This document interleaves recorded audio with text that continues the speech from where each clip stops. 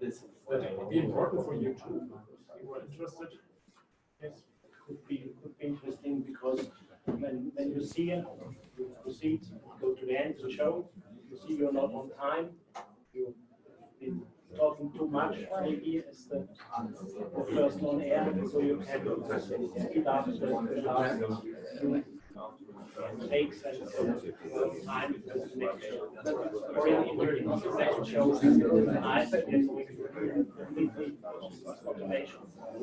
And so when the show is not exactly 3 hours, and the second is too long or too short, time for example. The next is use the morning to be exactly on time. The better shows who is starting.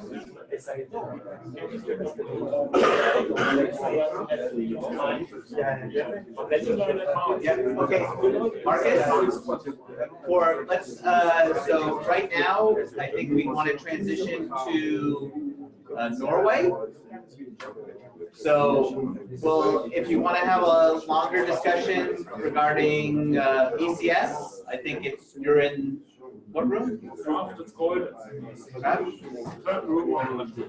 So I recommend anybody, people to stay to see the on-demand workflow that NRK is showing. What's it exactly called? Floating news bulletin. Floating news bulletin. So I recommend everybody to stay. That's one will be pretty cool. We like to say it, the listening and action show. All right. So Egil and Tormod on the screen. The presentation.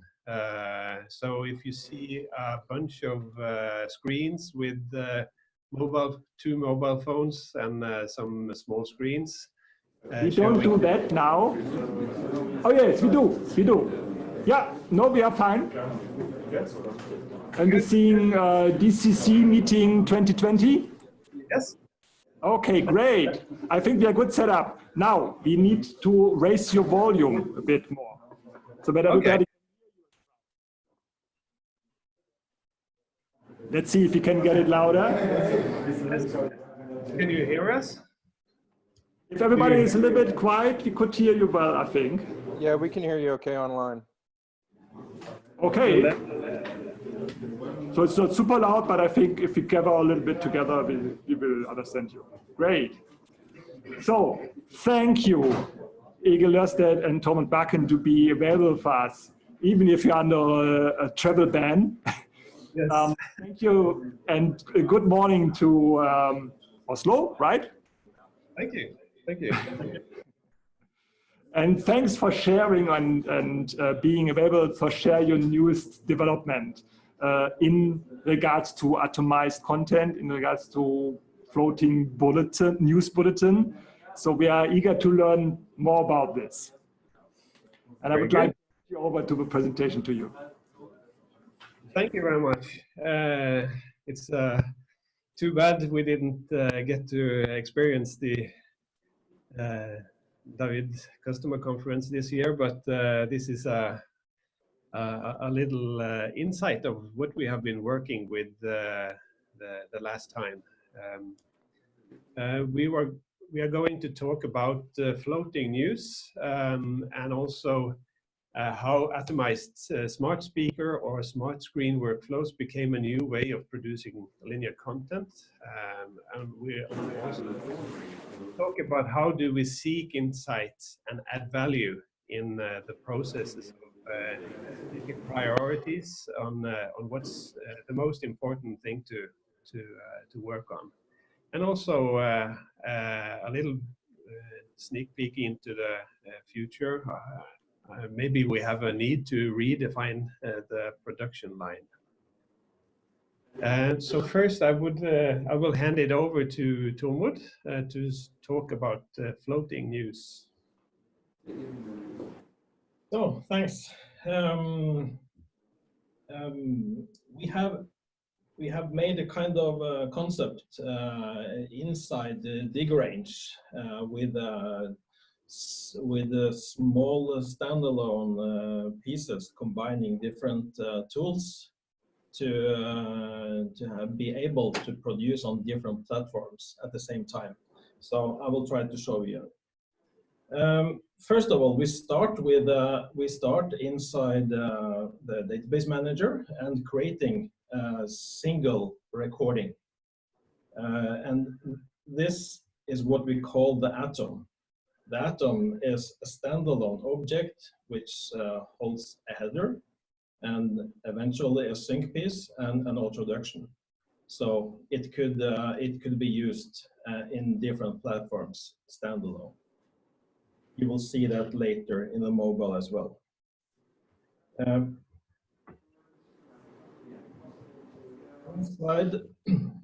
Inside the user mask, it's really important then to create good metadata.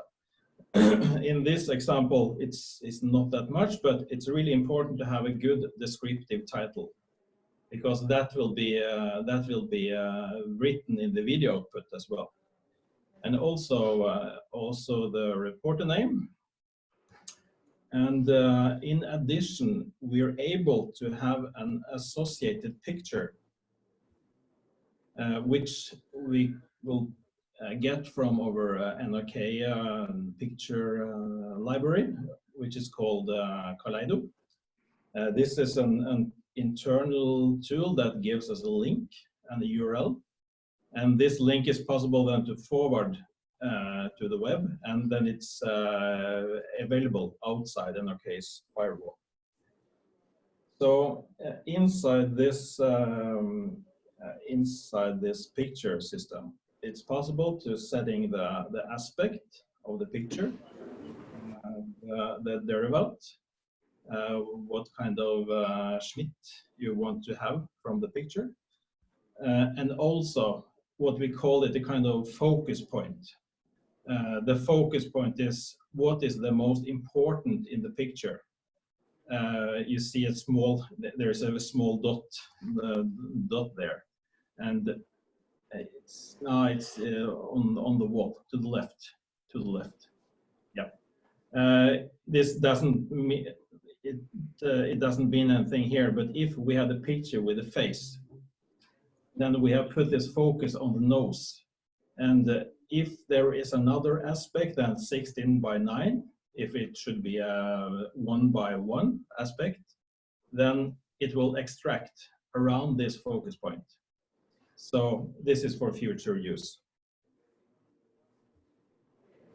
And also on the picture, we can decide in the video, should this picture be static, or should it be possible to have a kind of movement on the picture? So if we show a picture of a calculation or a curve, then it would not be clear that we should have a zoom on this picture. So then we set it to static. But in this situation, we set it only. We don't check the box.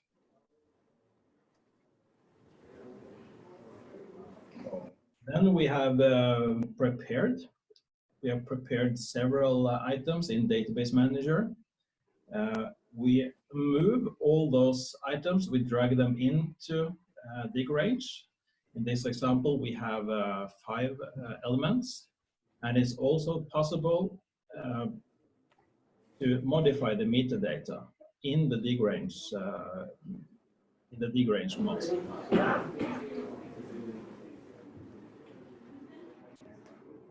And the same, sorry, Thomas, just if okay, I just jump in if it's not super clear for me, at least as a proxy for the audience.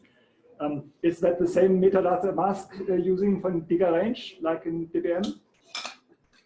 It's not exactly the same. It's 2 separate codes, but the plan is to combine. We didn't got the time to create one single. Okay. Is that because the DigRange and DBM masks are different? So in the upper window, we have the different news items, and in the lower window, you see there is the jingles, and all those jingles is within track number 5 of which we have decided to use. This is the intro, which is played first in the merge object, and there is its ID, which should be between all the items, and there's also an end jingle. So this could be then very easy to switch if we want to have something different than news. If we want sport or politics or something like that, we can just switch to different jingles here.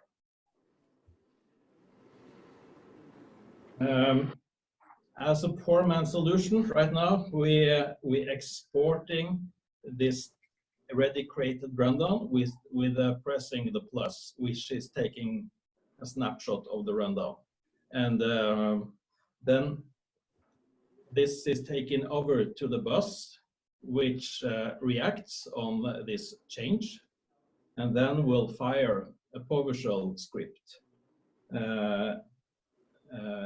again, and this will be repeated then for every time you press the snapshot, go back. And one more. And then next time you will do a change in the runner, you have created one new atom, maybe 30 minutes later, then you just replace. You just replace the single atom and then press the plus again, and then you have start to create a new export. So, and all the merging of the audio files, the jingles, the atom itself is done by using FFmpeg. So we're creating an FFmpeg string to put all those together. And in addition, we have the need for an XML file, so we extract the XML from the BCS, and this is used then inside the FFmpeg conversion to know which files are you going to do something with. And this is also going to the external workflow we have for building the TV and the Google Hub workflow.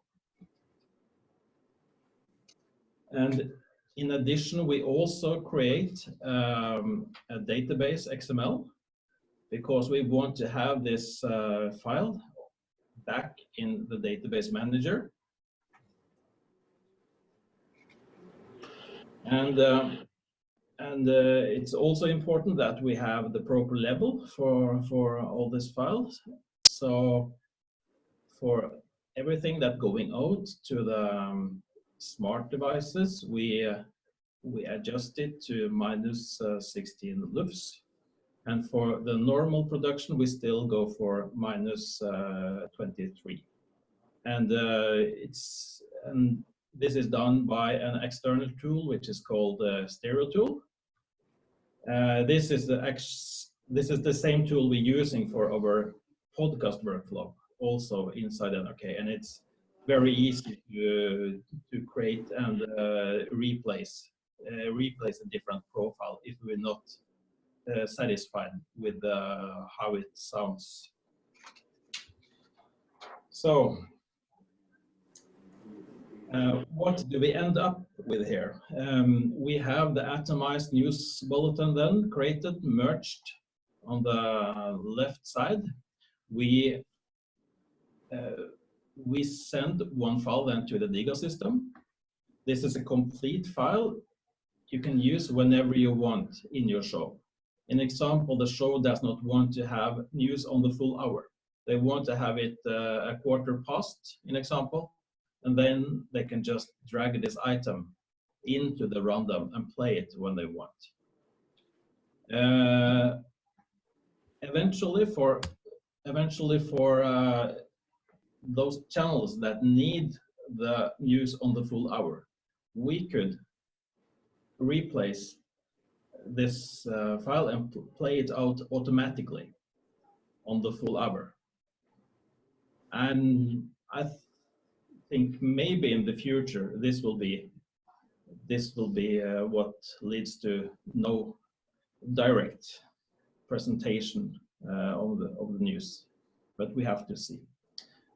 There's also an export which is going as an MP3 file to Google Alexa speaker, and in addition also export to the Google Nest Hub, the TV version, and this could also be used on the NRK front page as a plugin. And what I forgot to write here is that we will also take one snippet of the audio file itself and the video file and put it directly into the archive. So let's see the most complex one where we merge all this. I hope you can see it.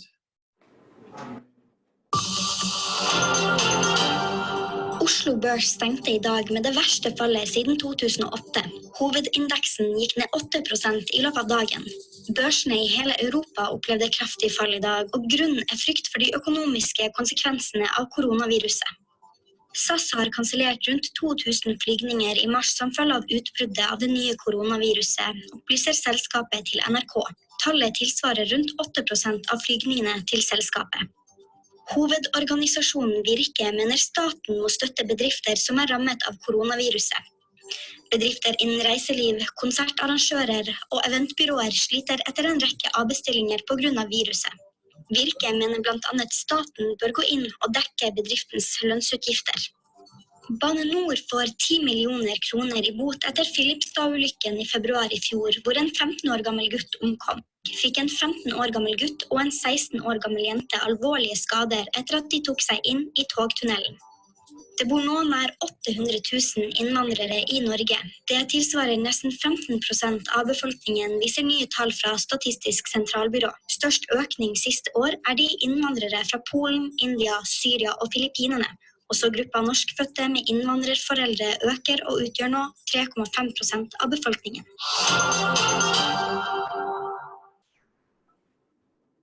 So did you see it? Yes, yes. Just to tell also, you saw there was a kind of accreditation of the photograph here. Since it's taken from NRK's picture archive, we got that directly. So if this is a picture taken by, in example, a picture bureau in Norway, Scanpix, then they will get paid also for the use. So the rights management is also taken care of.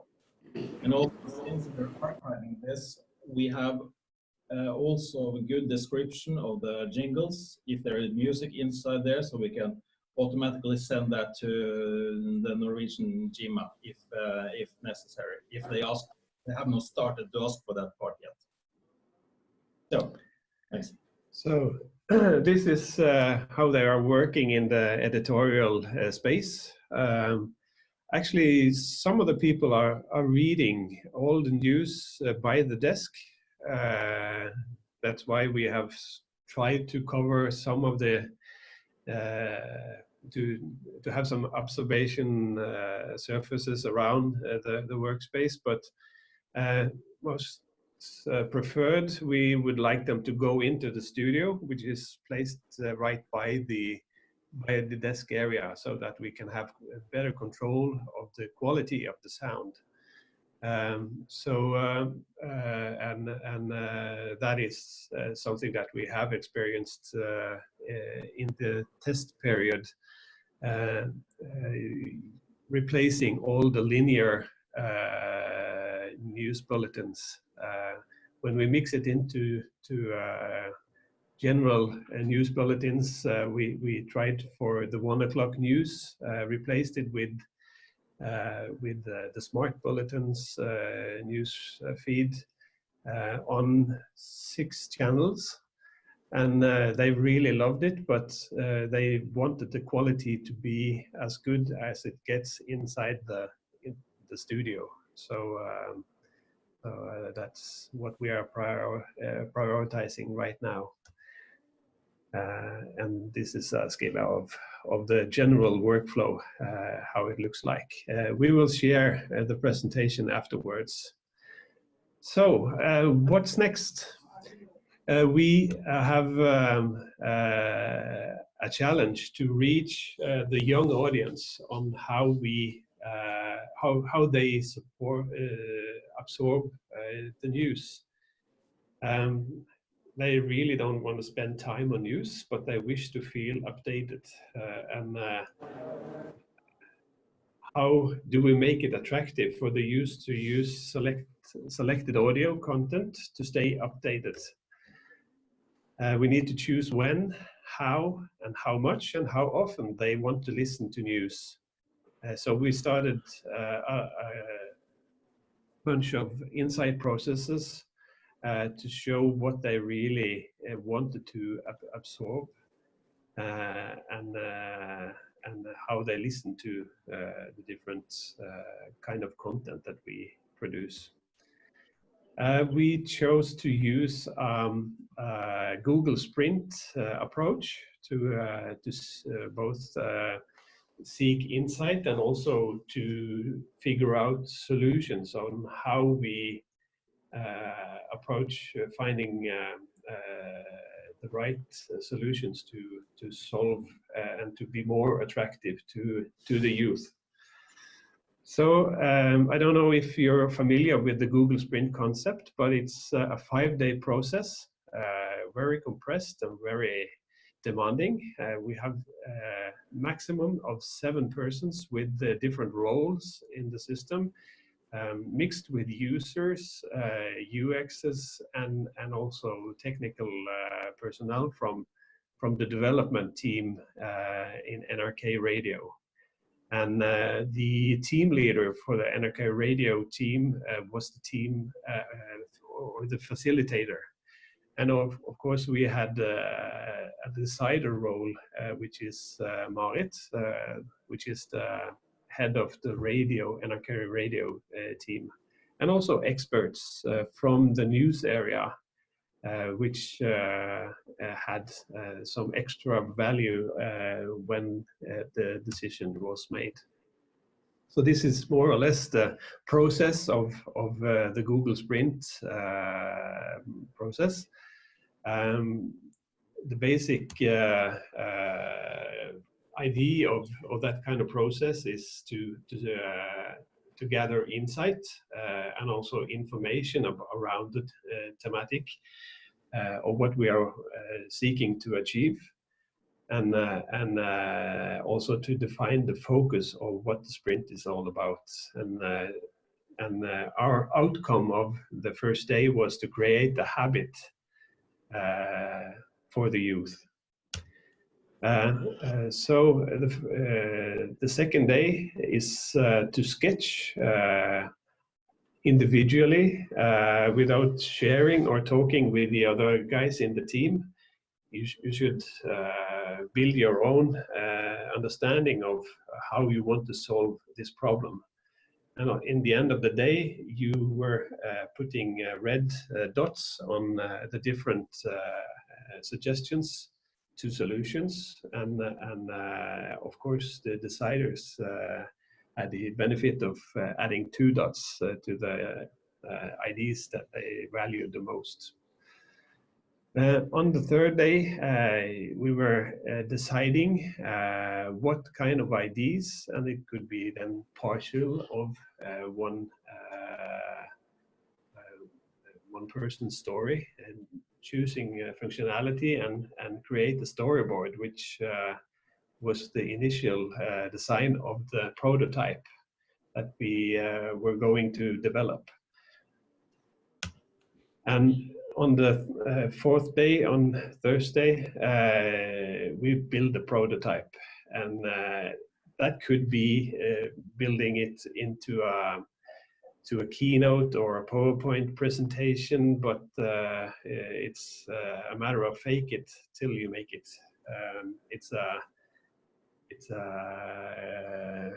just so the guys that you're testing this on really understand what you want to achieve. Fortunately, we have some very skilled developers that don't compromise on what they want to achieve, and they really made a prototype within that day. So the last day we tested on the users, and we filmed it, and the whole team was sitting in a separate room watching how it worked on the users, and testing was performed by the UX, so that he asked the right questions and gathered the feedback that he needed to evaluate how successful the prototype was. So it was really a different process than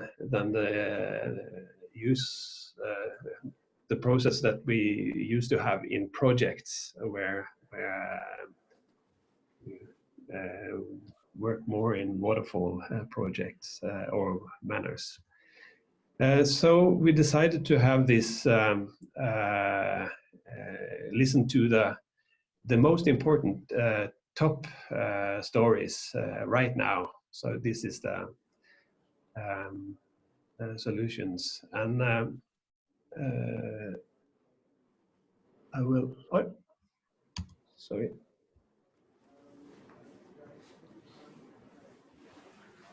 So this is what we made.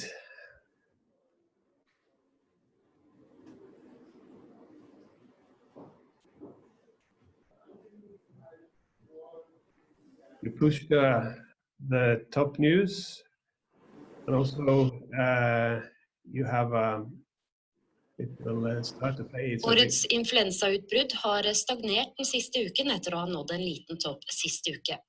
Folkehelseinstituttet venter imidlertid en økning i antall syke i ukene fremover.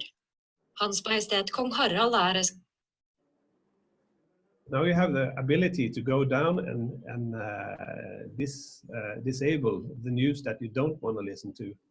So you have the ability to prioritize. Kongen ble lagt inn. Over 500 mennesker døde i den syriske flyktningleiren. I løpet av de neste månedene vil 1 av 10 personbiler på Maren Lundbys 92 meter og 90,7 poeng holdt til en 7. plass i dagens hoppkvalifisering i Japan. Den 18 år gamle østerrikeren Carita Kramer var best og hoppet 94 meter. So now you're updated. NRK. Prince Harry and wife Meghan Markle say they're stepping away. So after testing the prototype, we realized that the demands needed to be covered. News clips need to be split up. They need to be self-contained. You don't have you don't want to have any relations between the clips, so they could be played independently. And we are starting to see that we need a new production line. The production line we have today is too linear focused, and we need a production line that covers the demands for meeting the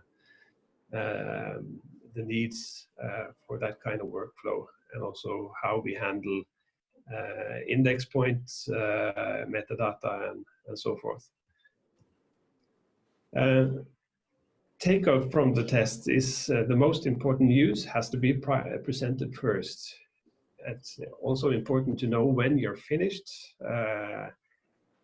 Listeners need also to rely on and feel updated after listening to this news.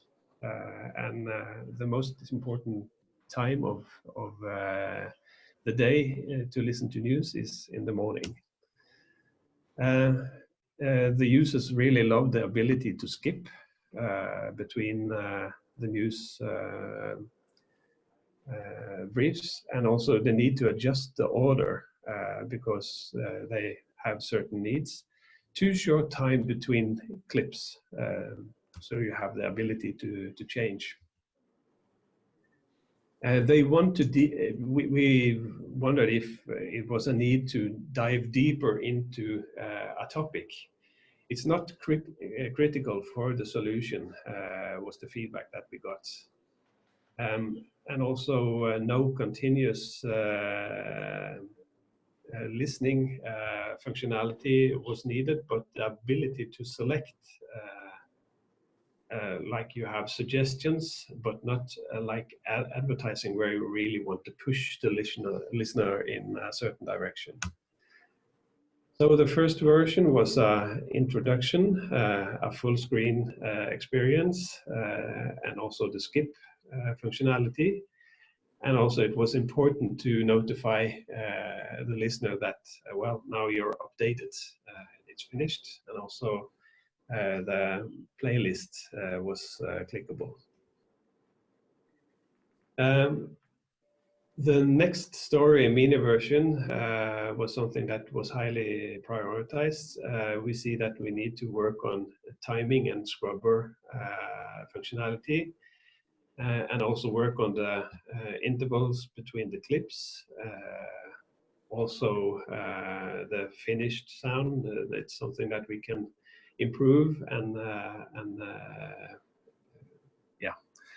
work more with. And also this swipe backwards functionality was something that also people wanted, because they could by mistake swipe forward and wanted to go backwards, and that was not implemented in the first solution, but it creates inputs on how we are working.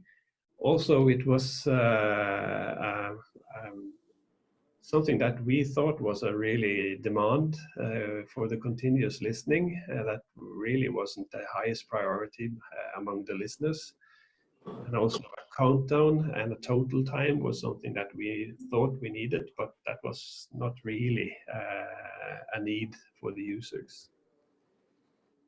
What we need further exploration in looking into is we have to work with the editorial people, what news gets in the feed and how to structure it to get the most value out of it. And also we need to see, we want to evaluate more in the deep dive functionality, how we link one news story to get more insight on the topic of that story. And also how we get alerted when new news are available in the feed and in my feed, which is personal to me. And what's in the oven now? We are starting a evaluation process, how we can rig our production line to able in an end-to-end perspective. And that means from Vegas all the way up to NRK Radio, and maybe cut some corners where we have been too focused on a linear production, and also how we have implemented things over time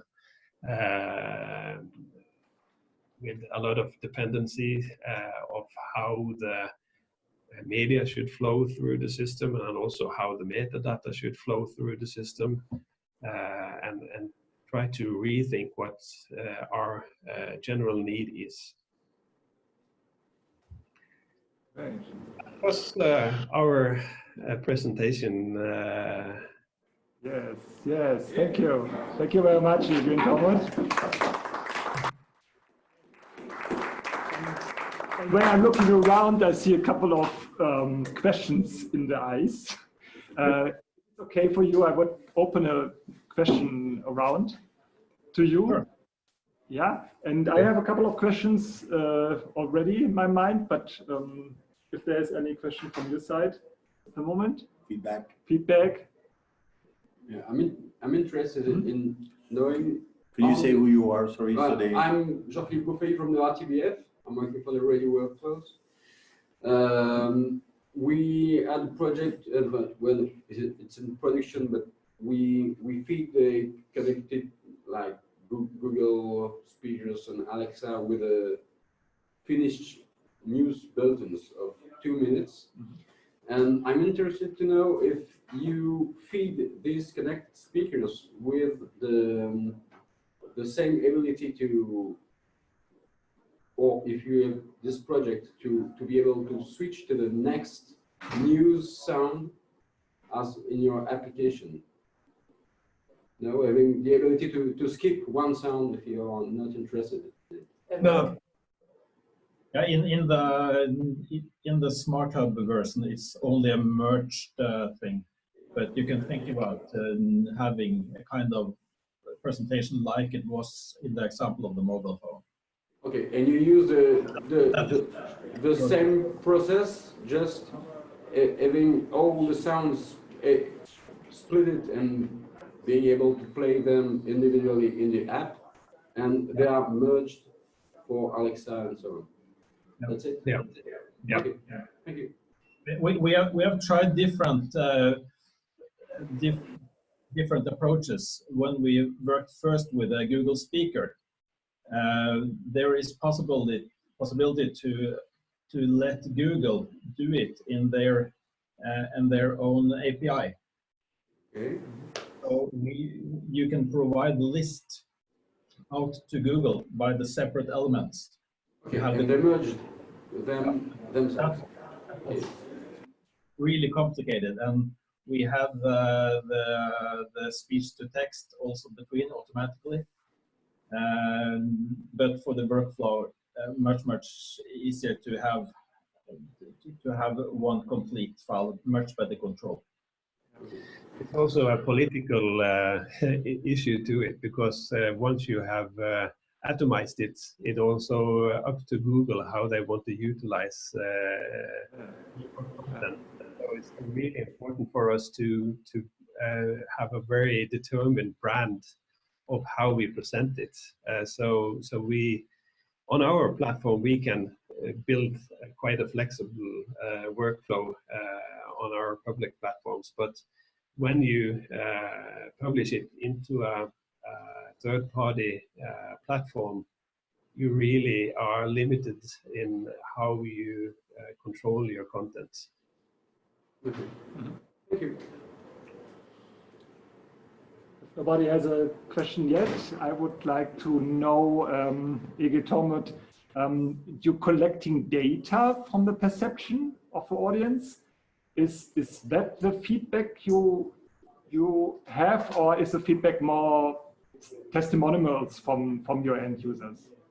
So how is your decision process driven? Yeah, you know, the app that we made, we haven't published it yet. It was just finished a couple of weeks ago. So it's still being developed, but they're really working quite eagerly to get it finished. But we have personalization across all our public platforms, the NRK TV, NRK Radio, and also NRK.no. So we gather information about user behavior. So that will be something that we want to connect to each listener, how they absorb the news. And of course, you can build a recommendation based on what they usually try to choose, or what kind of topics that they need. So we can start working on what kind of news to recommend a starting point of what news the user wants to listen to. But this is more or less just a prototype on how we can make the ability to choose and skip those news elements that they don't want to listen to, so they have the possibility to choose. Egil, Vincent here. Hi. Hi. Hi. What's the average size of your atoms that you imagine, and how small? Second question. How small you imagine you could have them? Right now, for the floating news bulletins, it's 90 seconds in total for the bulletin. That's what they have tried to have. But for each story, it's about 20 seconds for each story. We discovered a problem because our planning system, the Mediagenics, has where we gather all the information from that point. We were only able to plan in whole minutes, and that really so we had to do some hacking to get down to the granularity of seconds to be as flexible. But yeah, we since we know the system, we were able to find a way. If we could go back to what Jörg was saying. Say your name. Sorry, I'm Sarah Toproff. I work at Nexia. Hi. So I think there's two different groups of users to test this product on, because there's the folks internally that are setting it up, and then there's the sort of the end user, the listener. So I was wondering sort of how you treated those two groups in the testing process, if you were doing qualitative testing, like how you were picking the users to test the different iterations of the product, if it was something online or if you brought people in, or.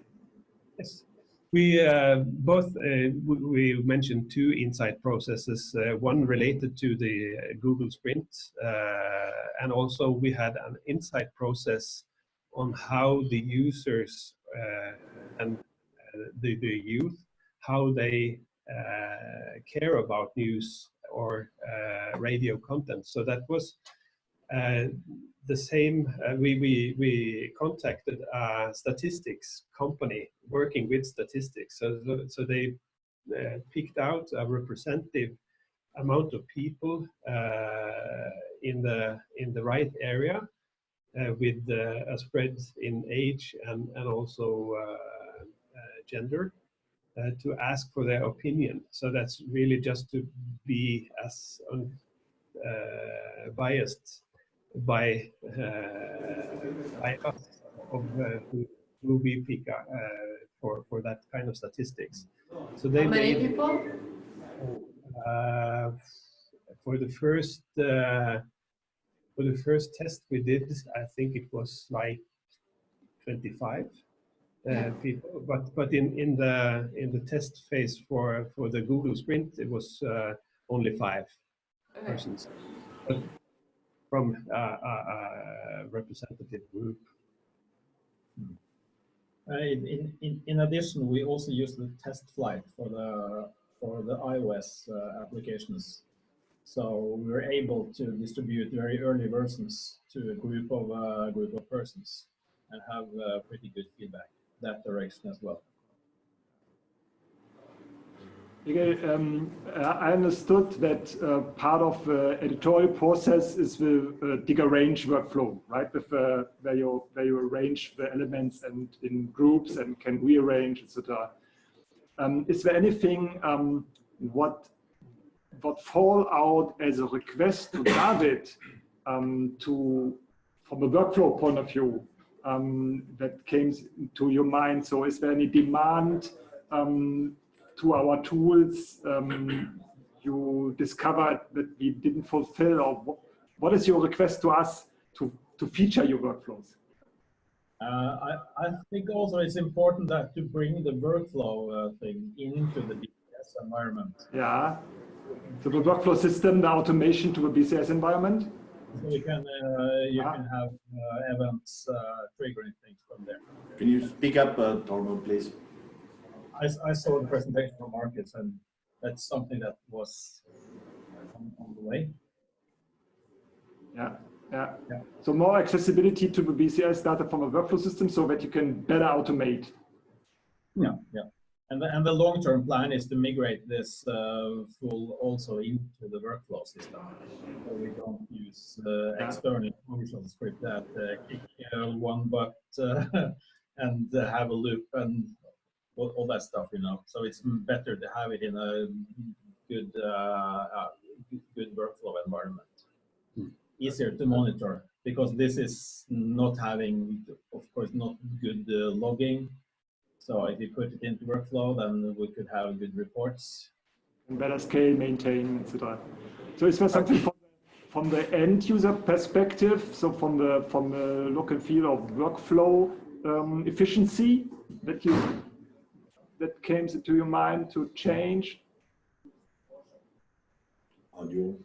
It's more or less a part of the general view that we now are having on user experience, and it's also the ability to change or work from a known interface, user interface, and could access functionality independent of where the functionality is gathered from. So any ability to call on APIs in other apps and tools to tailor the user experience is something that we prioritize, and of course we have been working with our design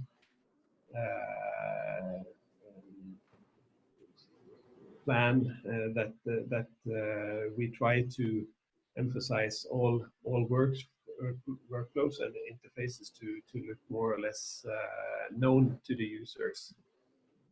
And maybe put some automatics in here. An example during the nighttime, that we want to publish one item at 6 o'clock in the morning. So you could enter that, in example, in the production field. So we just say, okay, on the run now from this time, and it has a time to live also. So then 33 in the evening, it should be killed, taken away from the merged version. Okay. Yeah, Tormod, hi, it's Stephen. Good to see you. That was the question I wanted to ask to clarify. You're not talking so much about the workflow system having access to the schedule, because we have that through BCS service. You're talking about the BCS operations like Turbo Player to trigger workflows to begin. Yeah? Yeah. Yeah, okay. I have a question, Vincent here.